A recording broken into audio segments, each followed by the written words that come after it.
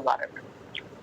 मौलिक अधिकार जो है हमारे जीवन के लिए बहुत महत्वपूर्ण है और अपनी जब भी कोई हमारे साथ कोई बड़ा आदमी या सरकार या कोई बड़ा बिजनेसमैन कोई भी हो जो हमसे बड़ा है, पावरफुल है, तो उससे लड़ने के लिए ये मौलिक अधिकार हमको दिए गए हैं। तो ये हमारे संविधान के बहुत महत्वपूर्ण बिंदु हैं, पॉइंट हैं, जो है जो हमारे जीवन से संबंधित भी हैं। तो बारी-बारी से इनको प्रयोग करते हुए, समझते हुए चलते हैं और ये हमारे काम भी आएँगे। दोस्तों पहली बात करते हैं नेहरू रिपोर्ट की। नेहरू रिपोर्ट 1928 द्वारा मूल अधिकार को भारत के संविधान में सम्मिलित करने की आकांक्षा प्रकट की गई।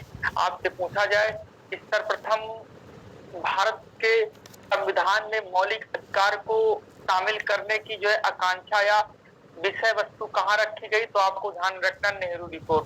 पंडित मोतीलाल नेहरू ने 1928 में पेश की थी और कहा था कि भारत के संविधान में मौलिक अधिकार हो जो लोगों के हितों के लिए काम करे। दोस्तों भारतीय संविधान में भाग 3 के अंतर्गत अनुच्छेद 12 से 35 तक मौलिक अधिकारों का वर्णन किया गया है।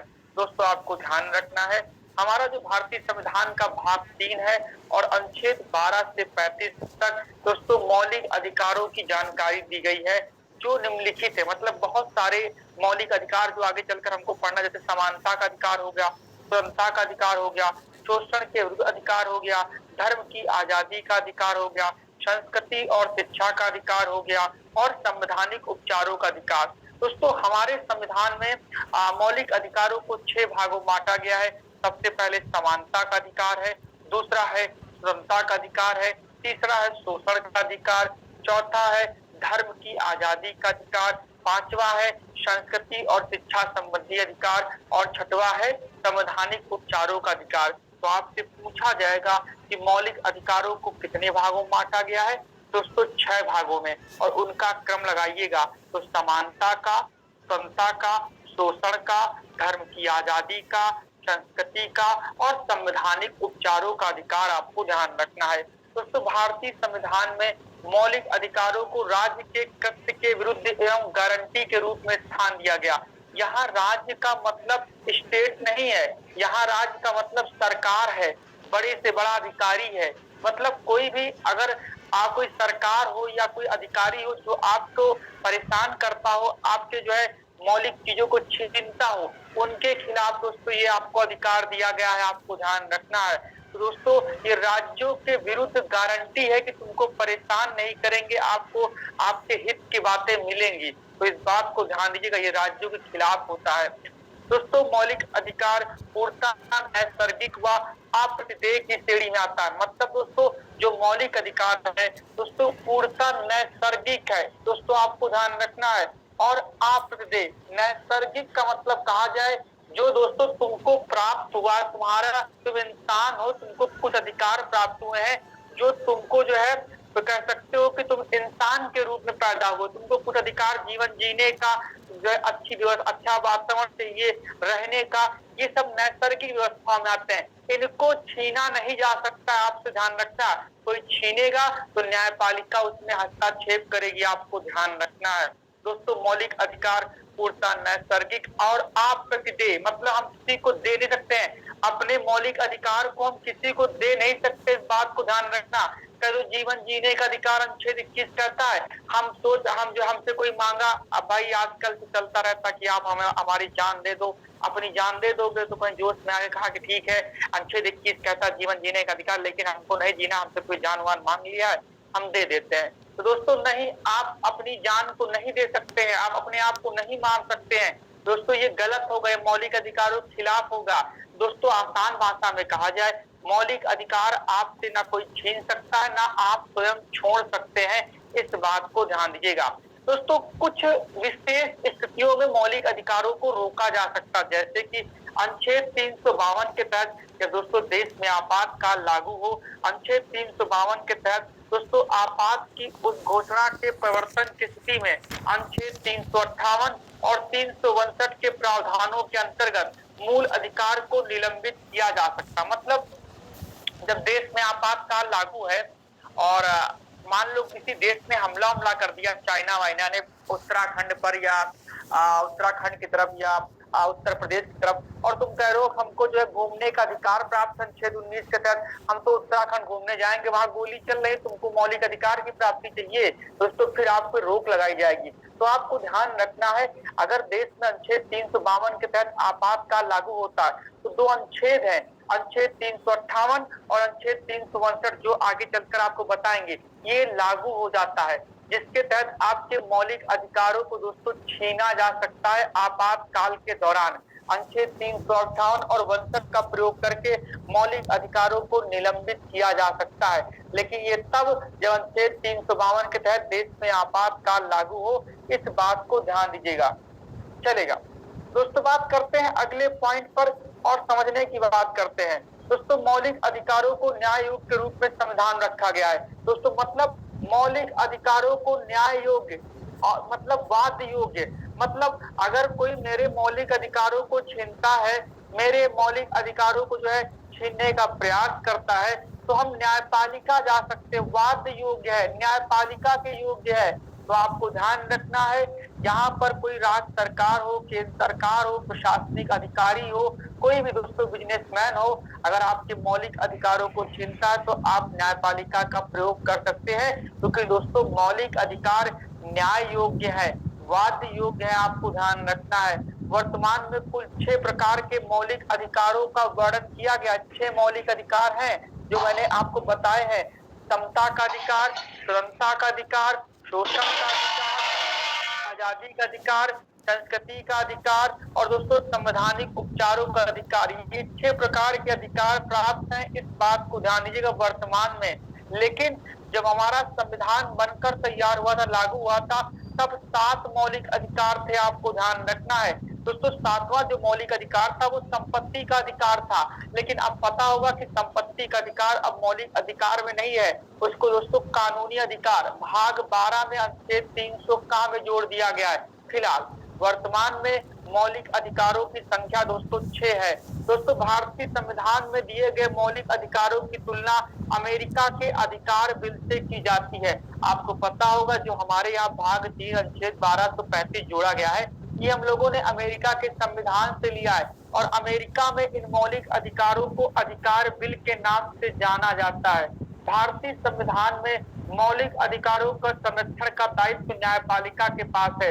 मतलब अगर मेरे मौलिक अधिकारों को कोई छीनता है, हम कहाँ जाएंगे, किसके पास जाएंगे? दोस्तों न्यायपालिका के पास। न्यायपालिका हमारे मौलिक अधिकारों की रक्षा करता है, इस बात को ध्यान दीजिएगा। दोस्तों संविधान का अनुच्छेद 14 ये सुनिश्चित करता है किसी व्यक्ति को विधि के समक्ष समता और विधियों के समान संरक्षण से वंचित नहीं किया जाएगा। मतलब दोस्तों जो कानून बनाया गया विधि के समक्ष समता, मतलब दोस्तों जो कानून बनाया गया सबके लिए समान है, ना वो कानून अडानी के लिए कमजोर है और ना दोस्तों किसी गरीब आदमी के लिए। अगर उन्होंने खून किया तब भी उनको मिलेगा सजा, और कोई गरीब आदमी करता तब भी। दोस्तों हमारे अनुच्छेद 14 में कहता है विधि के समक्ष समता है, मतलब कानून सबके लिए बराबर है और विधियों के समान संरक्षण से वंचित नहीं किया जाएगा। वही बात दोस्तों, विधियों के समान जो नियम कानून है उस सबको समान दिया जाएगा, और उसी के अधिक जो है उसी के देश पर दोस्तों सबको सजा मिलेगी या इंसाफ होगा। ये नहीं कोई गरीब है या कोई अमीर है दोस्तों तो उसको अलग अलग की, अगर कोई अमीर आदमी दोस्तों उसको कम सजा मिलेगी, कोई गरीब करे तो कम मिलेगी, ज्यादा मिलेगी। दोस्तों हाँ, यहाँ पर अपवाद है। अपवाद क्या है? कुछ अपवाद होते हैं ना, जैसे राष्ट्रपति अगर खून कर दे, प्रधानमंत्री कोई कर दे, राज्यपाल कर दे, तब दोस्तों अनुच्छेद 14 काम नहीं करता। अनुच्छेद 14 कहता है विधि के समक्ष समता, मतलब सबको समान रूप से देखा जाएगा और सबको किसी भी खून के लिए समान सजा मिलेगी।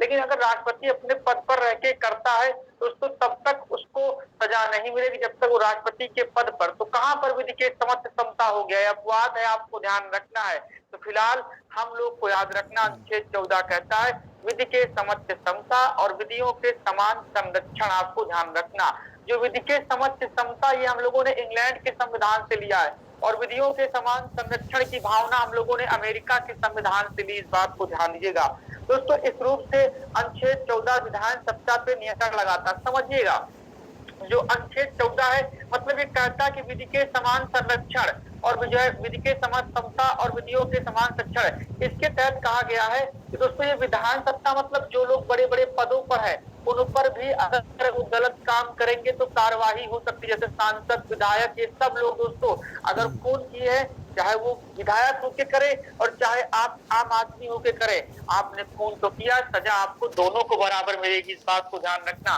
मतलब ये अनुच्छेद 14 दोस्तों जो है विधायन सत्ता पर भी रोक लगाती है, इस बात को ध्यान रखेगा।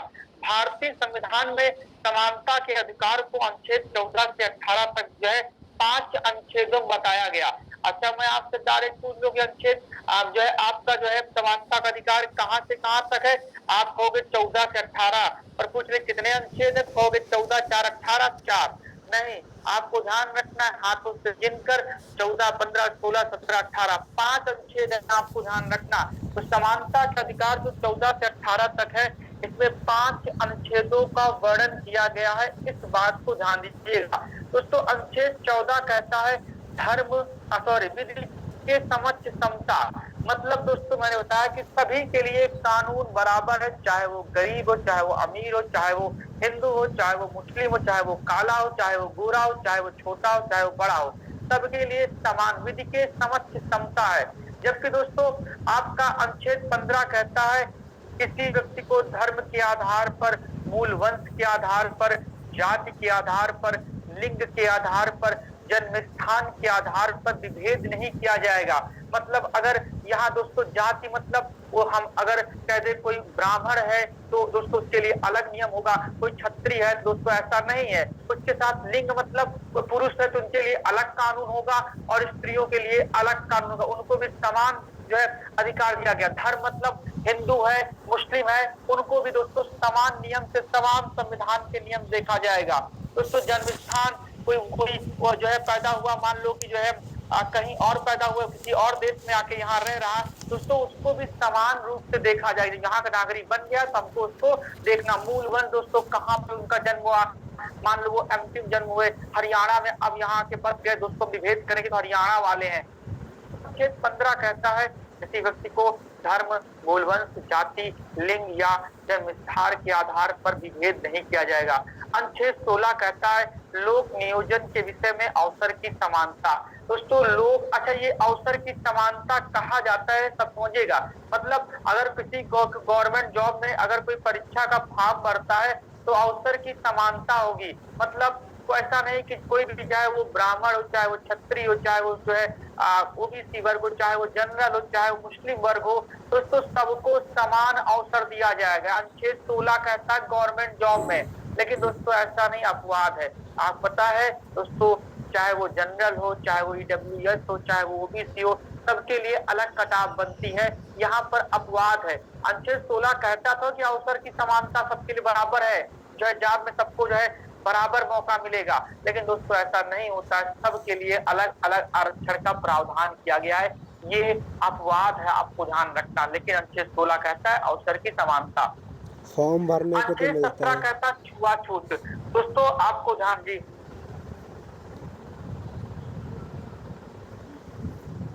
फॉर्म भरने को मिलता है, वही तो समझा। अनुच्छेद 17 दोस्तों किसका मिलता है? फॉर्म भरने को मिलता है सरकारी नौकरी के लिए। हाँ फॉर्म भरने को तो मिलता है, सही है, लेकिन आप जैसे देखो कि जनरल, ओबीसी, डब्ल्यूएस सब लोग एक ही पेमेंट करते हैं फीस का, और देखो जो है एससी एसटी को फीस नहीं पड़ती है। ये देखो लड़कों को फीस पड़ती है, लड़कियों को फीस नहीं पड़ती है। तो अवसर की समानता अपवाद के रूप में यहाँ पर अभी कोई गवर्नमेंट का फॉर्म आता है, लड़के पूरा पैसा पेमेंट करते हैं, लड़कियां नहीं करती हैं। तो यहाँ पर आपका जो अनुच्छेद 16 के तहत कहा गया अवसर की समानता, लॉ के मौलिक अधिकारों का हनन हो रहा, दोस्तों अपवाद भी नीचे लिखा हुआ है कि भैया इन लोग को आरक्षण दिया जाएगा, इन लोग को छूट दी जाएगी क्योंकि ये लोग पीछे हैं। तो वो बात आपको ध्यान रखना। अपवाद अनुच्छेद मतलब जो मौलिक अधिकार है ना, वहां पर अधिकतर अपवाद भी है। आप कह दो भैया कि भैया जीवन जीने का अधिकार है, या आजादी से घूमने का अधिकार है, बोलने का अधिकार है। बोलने का अधिकार तो सरकार के खिलाफ बोलोगे, किसी गलत शब्द बोलोगे नहीं बोल सकते हो, बोलने का अधिकार लेकिन सही बोलिए। तो बहुत सारे अपवाद हम लोग को पढ़ने पड़ेंगे। अनुच्छेद 17 कहता है छुआछूत, अस्पृश्यता का अंत। आप पता होगा अब तो बहुत कुछ खत्म हो गया। कोई क्या, अब तो जो है आप कहीं किसी के साथ खाना खा रहे हो, किसी भी वर्ग के साथ बैठ जाते हो और आप किसी के साथ जो है घूमने निकल जाते हो, नाश्ता करते हो, होटल जाते हो, तो उसको छुआ-छूत अब एक प्रकार से कहा जाए बिल्कुल खत्म की ओर है, एकदम है ही नहीं है। हाँ, पहले जब हमारा संविधान बना दोस्तों, तब विभेद था कि हाँ, वो उच्च वर्ग के हैं, वो निम्न वर्ग के हैं। फिलहाल आजकल जो छुआ-छूत है ना, वो अमीरी और गरीबी डिसाइड करता है। अगर अमीर है, तो दोस्तों आपको गरीब जो है गंदा लगेगा। यही छुआ-छूत का एक नया तरीका निकल आया है। फिलहाल बाकी जात-पात पर बहुत ही कंट्रोल हो गया है। तो दोस्तों इस पर कार्यवाही भी होती है। जो अनुच्छेद 17 है ना, अगर तुम किसी के साथ छुआ-छूत वाला जैसे कोई एसटी वर्ग है या कोई निम्न वर्ग है, कोई भी वर्ग है, उसके साथ आप ऐसा विभेद कर रहे हो और उसको छूने का मतलब आप जो है कुछ भी मतलब जो है प्रकार अशब्द प्रयोग करो तो आप कार्यवाही हो जाएगी। इस अनुच्छेद 17 में दोस्तों कार्यवाही का प्रावधान किया गया है। अनुच्छेद 18 कहता है उपनियों का अंत, जैसे आप जो है कोई भी अपने आप उपाधि नहीं जो है अपने आप धारण कर सकता है। उपाधियां जो है जैसे मान लो आप लोग सुनते हो कि जो है लोग डॉक्टर लिख लेते हैं, डॉक्टर जो है कोई सब जो डॉक्टर क्या होता है उससे डिग्री होती है तो जो है आप जो नेट जेआरएफ पास करने के बाद उसको पीएचडी करने के बाद आप डॉक्टर की उपाधि प्राप्त करते हैं। अपने आप न लिख लो डॉक्टर अपने बोर्ड के सामने कि हम डॉक्टर हैं। अच्छा, डॉक्टर दो प्रकार के होते हैं, एक होते हैं जो अस्पताल वाले और एक होते दोस्तों पीएचडी करने के बाद हिंदी कहते हैं हिंदी में जो पीएचडी किया इनको जो है तभी उनका नाम डॉक्टर आगे बढ़ जाता है। डॉक्टर मान लो किसी भी हिंदी प्रोफेसर है और पीएचडी किया है, लेकिन अपने आप उस उपाधि को नहीं प्राप्त कर सकते। अनुच्छेद 18 कहता है और आपको जो उपाधि मिलेगी सरकार की तरफ से, अच्छा वो भी उपाधि की श्रेणी शिक्षा की श्रेणी में आता, आपको ध्यान रखना है। उपाधियों का अंत है, कोई पहले आप तो राजा लोग थे, आप बहुत सारे राजा जो है उपाधियां लेते थे, तो उनको रोका गया, कोई उपाधि अपने आप नहीं ग्रहण करेगा। और अनुच्छेद 18 कहता है अगर किसी भी देश के लोग आपको कोई पुरस्कार देते हैं तो आप भारत के राष्ट्रपति को और यहाँ के सरकार को सूचित करेंगे। कोई उपाधि देते हैं तो आपको पहले यहाँ की सरकार और राष्ट्रपति को सबसे पहले जानकारी देनी है। जैसे मान लो आपको नोबेल पुरस्कार मिल रहा है दोस्तों आपको स्वीडन से, तो आप ऐसा नहीं तुरंत भाग के जाओगे, आप बताओगे यहाँ के राष्ट्रपति को, सरकार को, भैया हम जा रहे हैं, हमको उपाधि मिल रही है, नोबेल पुरस्कार मिल रहा है। अनुच्छेद 17 के तहत आपको, अनुच्छेद 18 के तहत आपको ध्यान रखना, अपने आप कुछ नहीं कर सकते हो, इस बात को ध्यान दीजिएगा। अनुच्छेद 19 क्या है दोस्तों, बहुत महत्वपूर्ण अनुच्छेद है और सबसे महत्वपूर्ण है अभिव्यक्ति की आजादी, बोलने की आजादी। इसके तहत दोस्तों जो अनुच्छेद 19 है इसको 6 भागों में बांटा गया है और समझिएगा 6 भागों को। अनुच्छेद 19 को 6 भागों में बांटा गया, 6 प्रकार की आजादी का उल्लेख किया गया है। सबसे पहली आजादी है अनुच्छेद 19 से 1 का, इसमें कहा गया है बोलने की आजादी, वाक्य और अभिव्यक्ति की आजादी, और इसी में समाचार पत्रों की स्वतंत्रता। कोई भी समाचार पत्र आज तक तो आप सुनते होंगे सोशल मीडिया पे न्यूज पर समाज जो 99% जो है हम तो कहते हैं बहुत रेयर बचा हुआ है। अब तो बोलने की आजादी है ही नहीं सरकार के लिए, कोई भी सरकार हो ऐसा नहीं सबके लिए। हाँ, लेकिन इससे पहले की जो सरकार थोड़ा हार्ड कम थी मीडिया के खिलाफ, जो वर्तमान सरकार है इसके खिलाफ आप मीडिया का प्रयोग नहीं कर सकते, तुरंत कार्यवाही करती है। कि दोस्तों पता होगा सूचना मंत्री होता है, तुरंत इनके में प्रयोग लगा देगा। तो फिलहाल आपको ध्यान रखना है।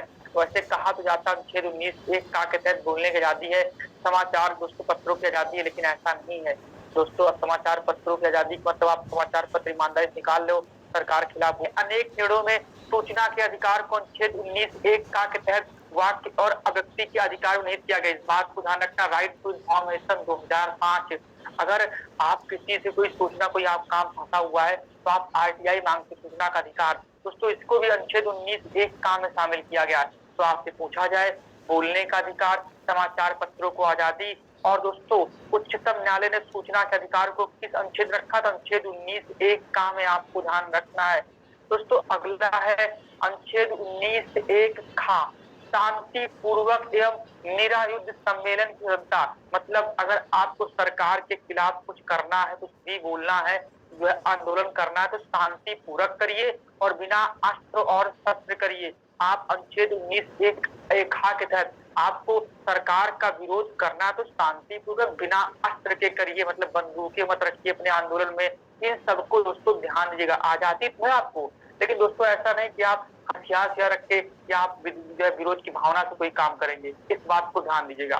दोस्तों अगला है अनुच्छेद 19(1) का दोस्तों संगम या संघ या सहकारी सोसाइटी बनाने की, मतलब आप दोस्तों कोई संघ बना सकते हैं, कोई सहकारी सोसाइटी। ऐसा नहीं कि आप भैया जो है गुर्गा बना ले, जिससे होता नहीं है, अलकायदा बना ले, आप आतंकवादी संगठन बना ले। आपको बनाने का अधिकार है, लेकिन आप संघ बनाइए, कोई अच्छी जो है संगठन बनाइए, सोसाइटी बनाइए, सहकारी बनाइए।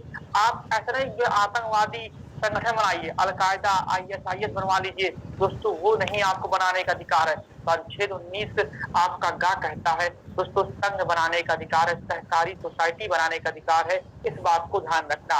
अनुच्छेद 19 एक घा कहता है कि भारत के राज्य क्षेत्र में सर्वत्र आबाद संचरण, मतलब आपको भारत में कहीं पर भी दोस्तों घूमने का अधिकार प्राप्त है, आप कहीं पर भी जा सकते हैं। अनुच्छेद 19 घा कहता है। लेकिन दोस्तों यहीं पर हर एक अनुच्छेद में अपवाद है। आपको घूमने का अधिकार तो प्राप्त है, लेकिन आप अंडमान निकोबार में जहाँ जनजातियां रहती है, सेंटिलीज वेंटिलीज, वहां पर आप नहीं जा सकते हैं। वहां जाओगे तो आपको मार दिया जाएगा। फिर आप कहते हमको तो अनुच्छेद 19 घा बताया जो है घूमने का अधिकार कहीं जा सकते हैं। उसके लिए भी दोस्तों दायरा रखा गया है, कुछ अपवाद रखा गया है कि जनजाति इलाकों में आप ना जाइए।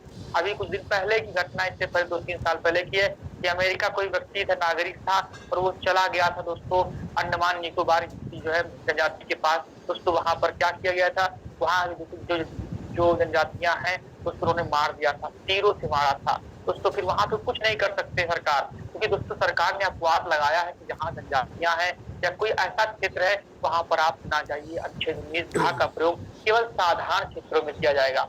दोस्तों बात करते हैं, अगला है एमपी का पचमढ़ी क्षेत्र। अनुच्छेद 19 डा जी, एमपी का पचमढ़ी क्षेत्र। हाँ हर जगह पे जहाँ जनजातियां हैं वहां पर आपको अपवाद है, वहां नहीं जा सकते, वहां कुछ खरीद नहीं सकते हैं, उसके नियम बनाए गए हैं। तो आपको ध्यान रखना। अनुच्छेद 19 डा कहता है भारत के राज्य क्षेत्र के किसी भाग में निवास और बस जाने की आजादी। मतलब अनुच्छेद 19 डा कहता है भैया आप भारत के किसी भी राज्य में, यहाँ हम उत्तर प्रदेश में है, हमारा मन है कि गोवा में रह जाके जाओ, गोवा पैसा खर्च करके रहो जाके। लेकिन हमारा मन हो गया भैया हम तो अंडमान निकोबार में जनजातियों के बगल में अपना घर बनाएंगे, तो नहीं बना सकते हो। दोस्तों आपको ध्यान रखना, ये अपवाद है। आपको रहने और निवास की आजादी पूरे भारत में कहीं पर भी है, लेकिन कहते हो जनजातियों के साथ रहेंगे दोस्तों, घर बनाएंगे बढ़िया से वहां पर, दोस्तों नहीं बना सकते, वो अपवाद की बात है। लेकिन हाँ ये कहता है 19 कि आप रह सकते हो। तो अपवाद मैं आपको बताते जा रहा हूँ, ध्यान दीजिएगा। दोस्तों अंतिम अनुच्छेद है 19 छा। ये क्या कहता है, कोई व्यक्ति व्यापार या कारोबार की आजादी, भैया आपको जो है मूंगफली लगा ठेला पकौड़ा लगाना है, कोई व्यापार करना है, तो हमको आजादी भारत के अंदर बिल्कुल है, 19 छा कहता है। लेकिन ऐसा नहीं कि हम चरस गांजा और अफीम की दुकान खोल के बैठ जाएं, हथियारों को बेचे, कट्टे को बेचे, तो भैया यहाँ पर अपवाद है। मतलब तुमको अनुच्छेद 19 छा कहता है कि आप कोई व्यापार कर सकते हो, लेकिन आप ऐसा व्यापार न करें जिससे सामाजिक जीवन प्रभावित हो। तो अपवाद तो हर जगह आपको बता दिया मैंने। तो भैया बोलने की भी आजादी आपको है, लेकिन आप गलत सलत न बोले किसी को, इस बात को ध्यान दीजिएगा। संघ बनाने की आजादी है, बिल्कुल बनाइए, लेकिन आतंकवादी संघ न बनाइएगा। आपको आंदोलन करने की आजादी है, शांतिपूर्वक करिए, उसको हिंसात्मक मत करिएगा। तो अपवाद तो मैंने बता दिया आपको। तो अनुच्छेद 19 का कहता है बोलने की आजादी, समाचार की आजादी, सूचना का अधिकार। 19 खास शांतिपूर्वक सम्मेलन, गा संघ बनाना, सहकारी, और घा आजादी पूरे भारत के अंदर घूमने की है। डा निवास करने की इच्छा, व्यक्ति और व्यापार करने की आजादी आपको ध्यान रखना चलेगा। समझ गए आप लोग?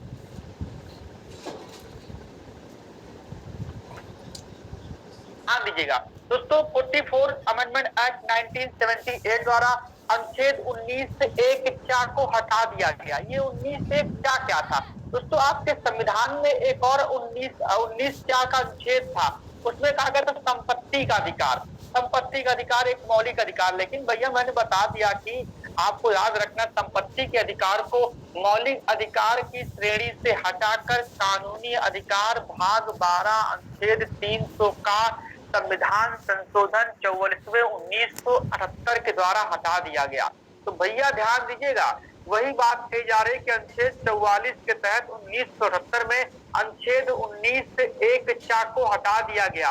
क्या था? संपत्ति का अधिकार, जो मौलिक अधिकार था पहले, उसको हटाया गया। अच्छा, मैंने क्यों बताया हटाया गया?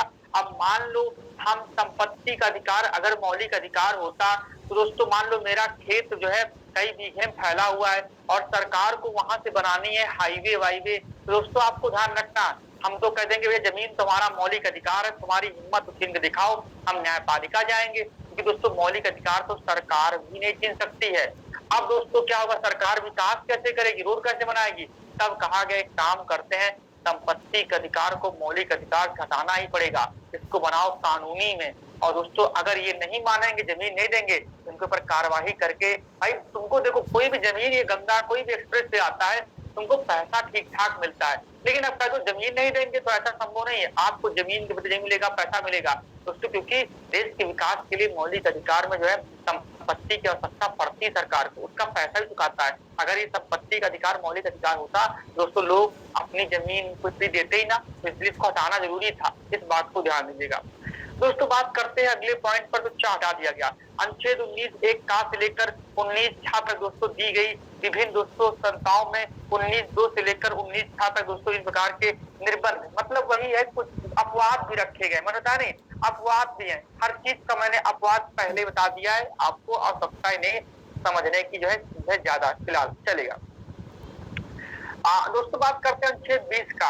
अनुच्छेद 20 का संबंध अपराधों के लिए दोष सिद्धि के संबंध में संरक्षण, दोस्तों बहुत महत्वपूर्ण अनुच्छेद है। अनुच्छेद 20 कहता है अपराधों के लिए दोष सिद्धि के संबंध में संरक्षण। मान लो अतीक अहमद को मार दिया गया, नहीं किया गया फिलहाल, लेकिन दोस्तों उनके भी अधिकार, उनके भी अगर अतीक अहमद को गिरफ्तार किया गया है तो उनको कुछ अधिकार दिए गए, ऐसा नहीं कि उनको कोई अधिकार नहीं है। अपराधों के लिए दोष सिद्धि के संबंध में संरक्षण है, आपको ध्यान रखना है। हर अपराधी का एक मानवाधिकार होता है, एक जीवन होता है, ऐसा नहीं कि आप जैसे एनकाउंटर होते हैं, आप लोग सुन रहे चल रहे हैं, उत्तर प्रदेश काफी होते हैं दोस्तों। एक एनकाउंटर को करना कोई आसान बात नहीं होती है, उस एनकाउंटर में बहुत सारी रिपोर्टें लगती हैं, मानवाधिकार स्वयं जांच करता है, आके SIT बनती है, कई सारी समितियां बनती, किसी के चाहे वो मुजरिम ही हो, किसी के जीवन को नहीं छीन सकते आप, उसके लिए बहुत, हाँ न्यायपालिका अगर सजा